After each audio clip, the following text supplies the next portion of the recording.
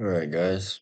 So today I'm going to show you a couple ways you can remove a watermark in a video or get rid of the watermark. So first, you got your editor and you got your video.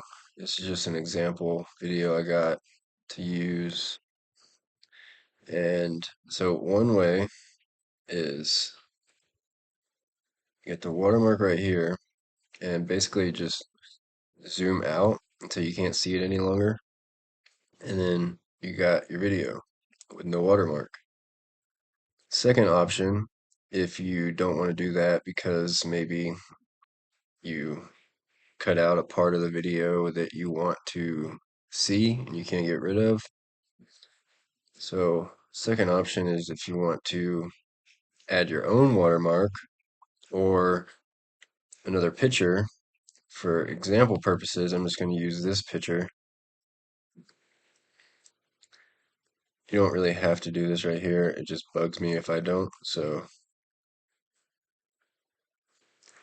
got that. Then you want to resize. Then boom. And there you go.